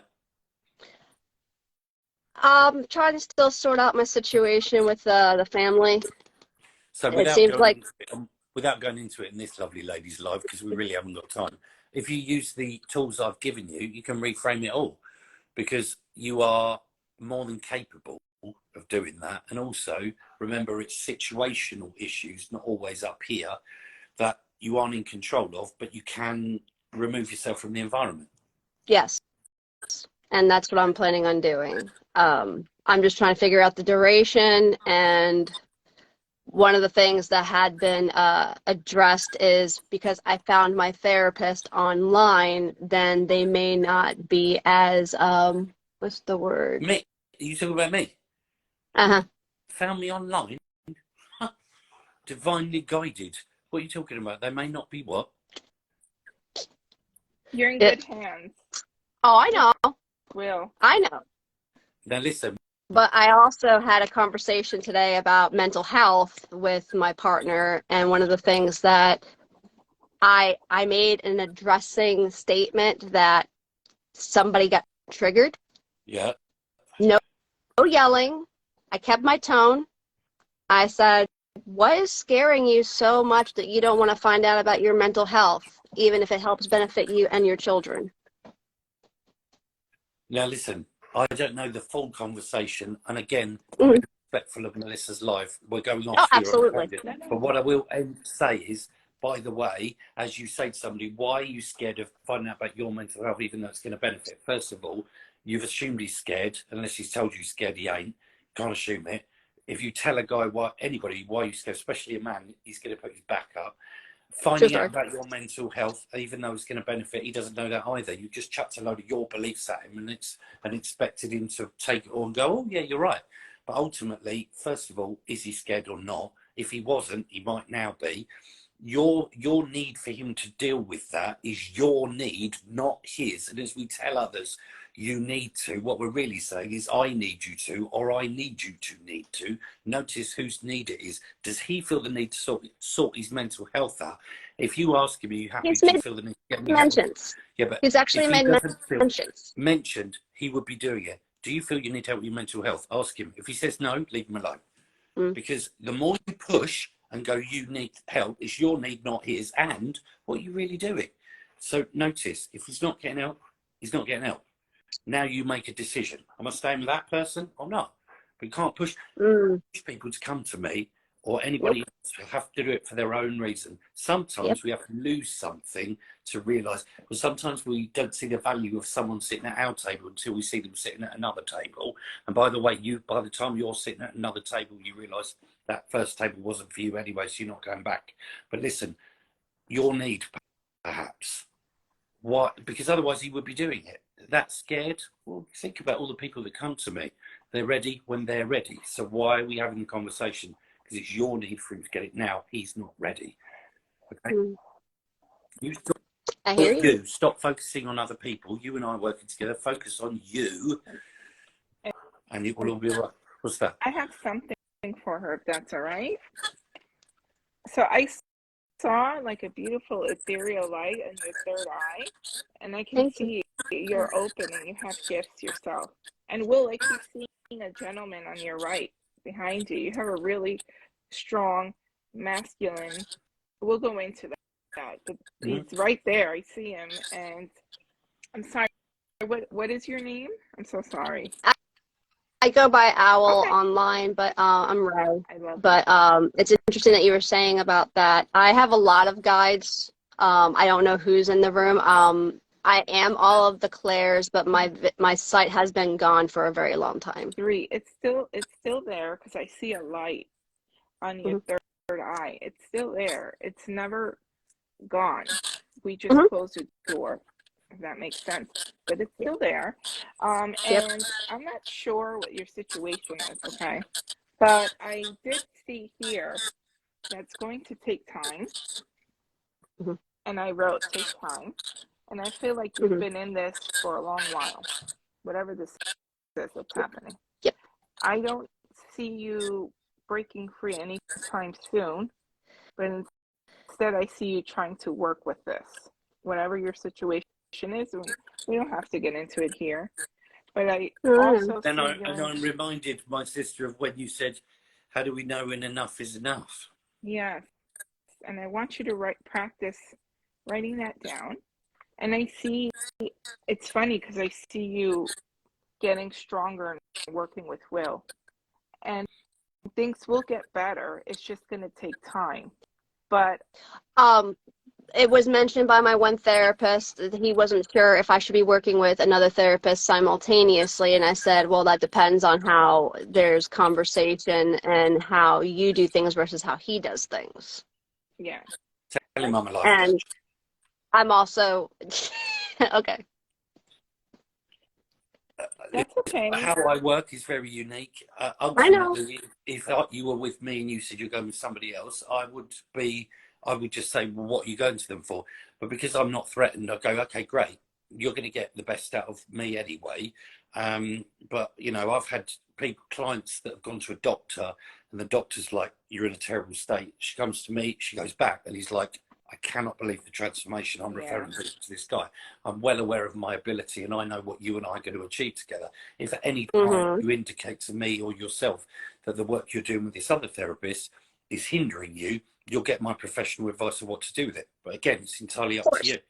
But of course, as a therapist, I would probably be thinking, what is she going to get? But my style is very different to a traditional therapist, and I'm making an assumption. I don't know what he's doing. I don't, you know, but I'm very different. I don't sit, take notes, and go, bye, I'll see you next week.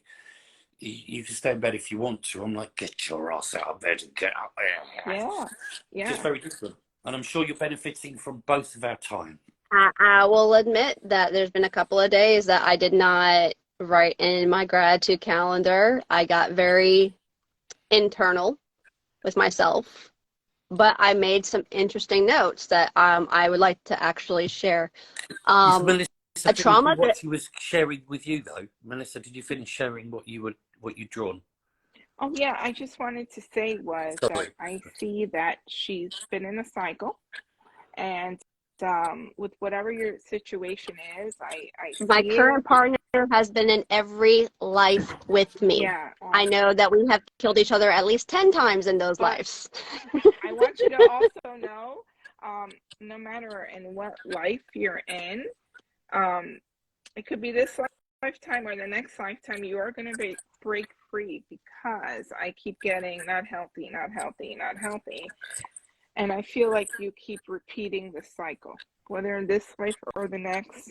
And you're here to work with Will and whomever else you choose. And I want to applaud you, Owl, for seeking help, because you're like, when is enough enough?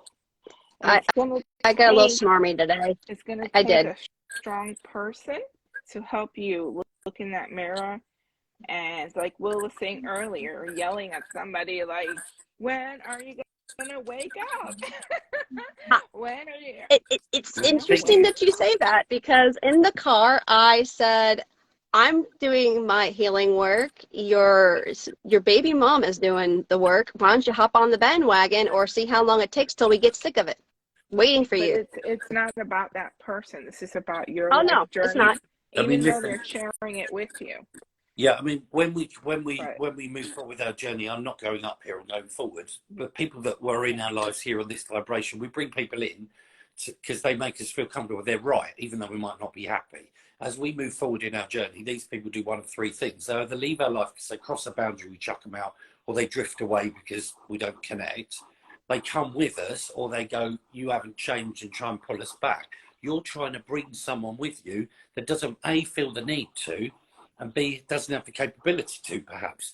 You have to understand that you may leave this relationship if you better yourself to the degree that I know I can get you to. Why? How do I know that? Because what you tell me about the relationship, once you've got your own boundaries, self-love for me is not a thing, in the fact that we can't predict love. It bites us in the arse out of nowhere. We can't then tell people, go love yourself.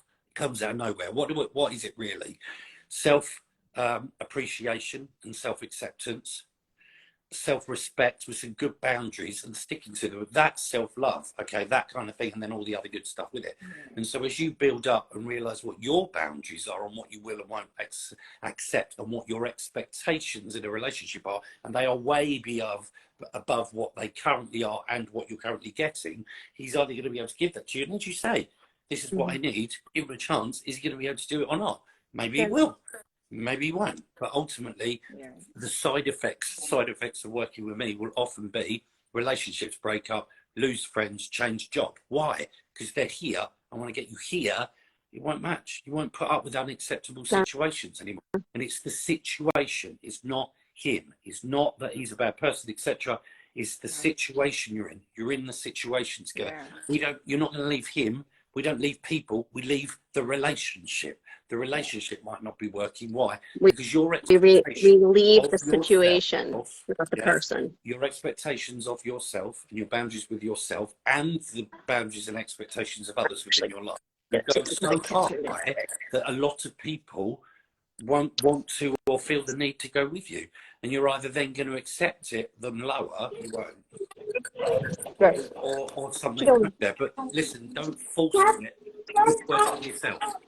That's all we can ever do. I was going to say that You can have this barbecue is chips after you eat dinner. very Mhm. much a feeling of you have to work on yourself and don't worry about your partner right now. This is a journey in this lifetime of you working on yourself. And I'm seeing this and I'm channeling. And it's going to be a while because there's a lot of things going on with you, with self-worth, with self-love. And it's going to take time for you to learn to work on yourself. Does that make sense? It's not about worrying about his story and his life. I know you're sharing things together and it's not being selfish, but you need to work on yourself. And I'm feeling it's going to reflect on your children and your children's children, very much standing. Oh, it already has in many, many ways. One of the things, you can change yeah. that by Can working I also on yourself. suggest as well? Thank you. Yeah, I mean, can I also suggest, as we want people to perhaps come with us on that journey, the best way is just to share with them what you're doing and inspire them to do it themselves, not go, are you coming with me or not, or you should, because no one's going to respond well to No, that. you Just should be means you, you should all over everything. invest No. in you, and those Should people is a around command. you will be inspired if they are ready to be inspired, and then they'll get, because in my experience, other clients will say, yeah, my husband's heard and now he wants to, yeah, great, but if you go, you need to, what are you doing? You're criticizing him, basically. You're going to do it too, because you need to. What you're doing, you're telling him he's not good enough.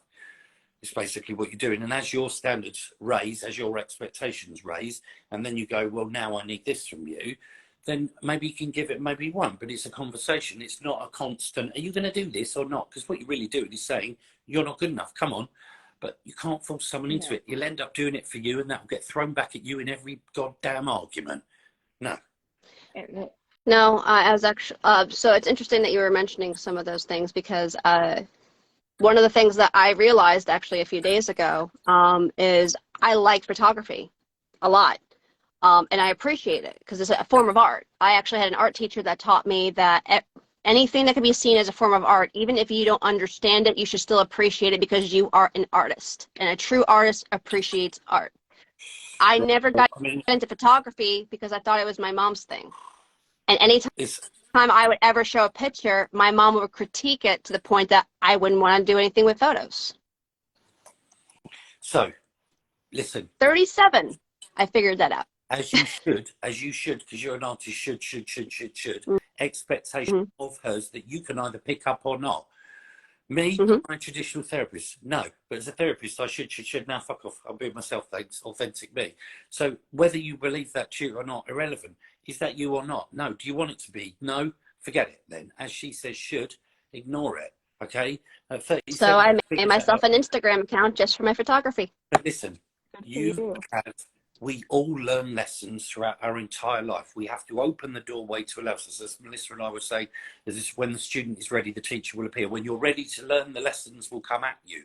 And that could be earlier or later. But we all learn all the time, forever, until the day we die, until we decide to stop. But we've got to start deciding. So, yes, I appreciate what you're saying, 37, etc., etc. But so what? What's the big deal? You're allowing yourself to do it. You're investing in yourself because you know you're worth it. You're working on yourself. Continue to work on yourself. Develop yourself. You will inspire the people you're meant to inspire and not the people you're not. Work on yourself. Stop focusing on other people. Stop trying to please people and bring them with you. Do it yourself. Those people that are meant to be with you and in your life will be there. Okay? Don't get distracted. Melissa, I have 2 books. I have a green book and a black book. There's a page that I need to turn. I don't know which one yet. Go ahead. But you got that knowing. What is it? Well, I think, do you know what? Again, before I'm going to interrupt and being rude here, I apologise, ladies. No. Believe in yourself. Pick a goddamn book. Stop relying even on this. Stop having to go to other people. Build up evidence. I can make my own decisions, actually. I'm all right. Because as trivial as this may be, it doesn't need to. Just make your decision, stand by it, and if anybody questions you, fuck them. If I question you, if I tell you it's shit, fuck me. Who am I anyway? What? Just other people. Other people, those people that want to criticise you picking the wrong book, the wrong hair colour, the wrong whatever, fuck them.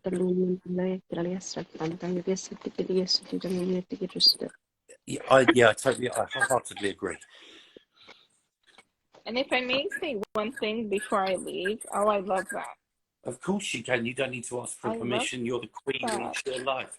In most cultures, the moon was associated with the goddess of the feminine archetype and the sun with the god of the masculine archetype. Yes. Owl. This could have something to do with the patriarchal. I'm going to say something to you here with all the love and respect in my heart. Read the room. Melissa wants to say something before we go. Oh, please allow her to say something. Oh, thank you. Well, no, that's all right. Okay, so what I wanted just to tell you, hon, and then I'll let you read and then I have to go. But there was a really important message I wanted to give you is the door is not closed.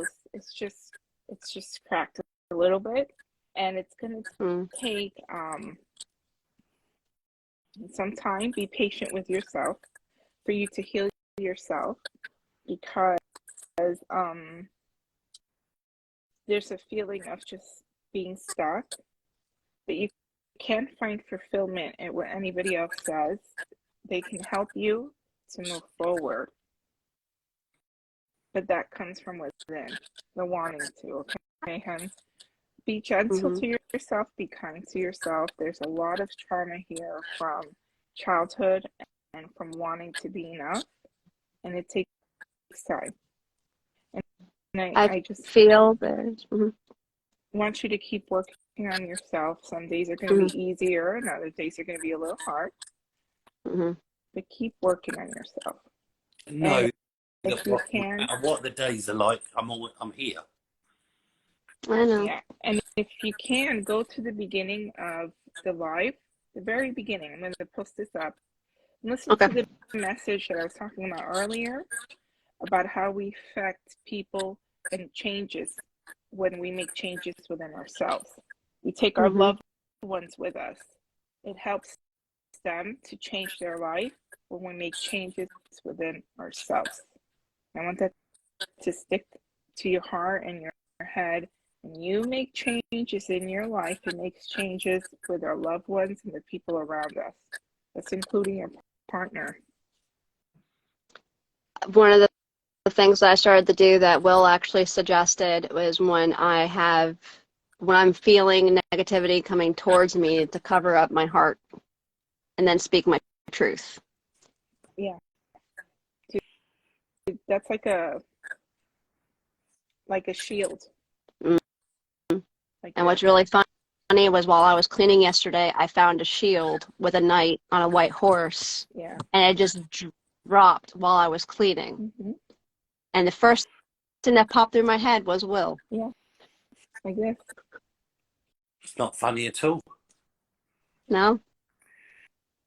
But that was my gram telling me, shit or get off the pot.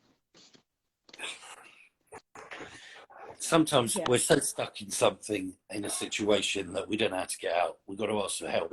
As Melissa and I were saying before you joined us, can show us some things that make us feel pretty guilty or bad about ourselves or our situation, and even quite fearful of the possibilities. Trust and know and believe that you deserve better for yourself, and those people that are meant to be in your life will benefit from that ultimately. Absolutely.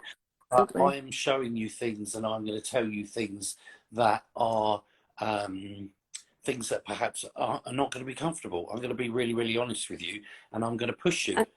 Even on this live, as I've at you, not in a negative way. I know how you respond to that communication. I know you're not offending. That's why I did it the way I did it. That's how our relationship is. And so anybody that wants to reach out and get some help, ultimately help is one of the most powerful words. But notice what you're doing isn't working, and it's okay to ask for help, but you've got to be ready to make the changes. If you hire a professional and then you disagree with them or you don't want to go through with it, tell them why, help them, allow you to move past it. But if you aren't ready to make the changes, if you aren't ready to face the truth, don't reach out. Right. But be ready. And sometimes it's hard for people to admit as well as say, I'm terrified to ask for help because every time I've asked for help in the past, it's gotten thrown back in my face. Because you're asking the wrong people. Yeah. Or you've been let down. I get it. I get it. Ultimately, the people that are in your life that should be there to help you the most perhaps aren't. But realise that this isn't the kind of help that they are able to give. And a lot of people that we look to give us the support, the help, the guidance, the solutions aren't actually capable. There's nothing wrong with them. They're just not actually capable. As we express their emotions, they're not able to deal with it. If there's a problem, they don't know what the solution is. Some of them, as we all know, as you tell them there's a problem, they'll go, shit, that's me, and feel guilty, and then they still won't be able to do it. But ultimately, if they're in the situation with you, it's going to be very difficult to go to one of them and ask for help. But support, needs, expectations, what you really have to have in a relationship, they are things that, yes, you should communicate. We should all do that and communicate it. And deal breakers, as I call them, the things we must have in a relationship and we won't accept a relationship without, and the things we will not tolerate in a relationship, we won't accept them. Those things, quite often the opposite, honesty, no lying, etc. But unless you, and tell each other, there's nothing wrong with listing it, but don't then accept it. Don't then accept it. So interesting, as you were saying that, the thing that came to me was that when we feel guilty for being in a relationship for too long. Guilty because you're going to generalize. When you say we, are you sure everybody feels this way? Because it's okay to say I and own it. There's nothing wrong with that. I feel that when someone feels that they've been in a relationship too long, what they don't realize is they're there for the time that they're supposed to be there, because they have to learn what are their red flags, what are their green flags, because every relationship is different. Yeah. And so the page that I fell on with the goddess symbol was page 18. I have a feeling that Melissa has some affinity to that number. Yeah. Yeah, the number 8, and and that's is it because you're symbol. still only 18 years old, Melissa? Yes. Maybe I'm helping you heal your 18-year-old self right now, Will. Tell ourselves. The lies we tell. It's the number 8, and I want to show it to you. It's literally, it's in my book. Yeah. And go ahead, hon. Yeah, we've actually talked a couple of times, Melissa. I wanted to talk to you off a live, whether it's equal energy exchange or whatever resonates for you. But I did have you on here. So where it left off was, this could have something to do with the patriarchal manipulation, as the sun was seen as more powerful and the moon only reflected its glory. A curious exception is in the Norse mythology, where the Mani is the male moon deity and Sol, or Suna, is the female sun deity.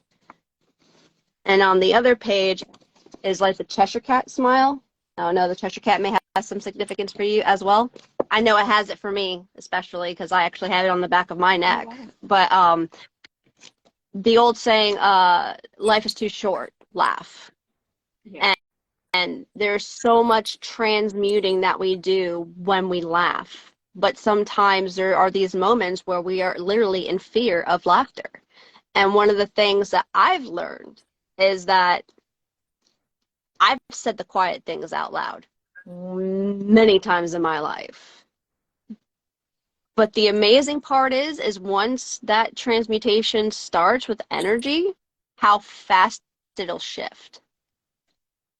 When I was dealing with a situation that I expressed with Will in a session, I'm not going to go into detail, but one of the moments that I think that shifted the gear of that particular day when I was filing a police report was when my friend came running down the hall to save me, tripped on her shoe, and fell into the room. As I'm talking to this police officer, I could not help but burst into laughter to the point of having more tears. But the transmutation of that fear and anxiety and sadness turned into pure bliss and joy. And even the police officer looked at me like I was a couple of French fries short of a Happy Meal. But in that moment, it was all about that transmutation. And I didn't think about the fact that I was talking to the police officer. I was thinking about the fact that I needed to check on my friend because she just fell on her fucking shoe. Well, listen, this is called a change of state. You both do this because you both got children. You know what it's like to have a baby crying and you just grab something and go like that and they start laughing. You change the baby's state of mind by moving its thoughts away from what was making it cry and onto something that is making it laugh. Change of state is quite easy to do, actually. And as you've allowed somebody else to do it and you've done that, what it's done is it's made you laugh, which is your emotional release. And you've realised things aren't quite so bad. I am in control. Change of state, really easy to do. Sometimes I'm like this, clapping, I'll act the fool, I'll just do anything. Because if it shifts your state of mind, then you said clapping. Change everything. Remember what I said about nothing changes and nothing changes, but sometimes one thing changes and everything changes. The ability to understand that we are totally in control of how we feel and not affected by others. I'm laughing at the fact that he is trying to stay still. Even if she does this crazy shit, what the fuck? That memory that you've got, Al, you can recall that now, put it in your homework. Whenever you feel stressed, recall that memory and it will bring you back down to logical thinking. It will make you laugh and basically crack the ice. As you laugh, you ease the tension. As laughing is like crying, as it's an emotional release, eases the tension, brings you back down. Remember that memory. I'll make sure not to bring it into class. But it's such a great dopamine release. It is. And thank you, Owl, for that beautiful message. And that was something really special to me because I work with the sun and the moon. So that was really personal to me. And thank you so much. And I've gotten that before. Oh,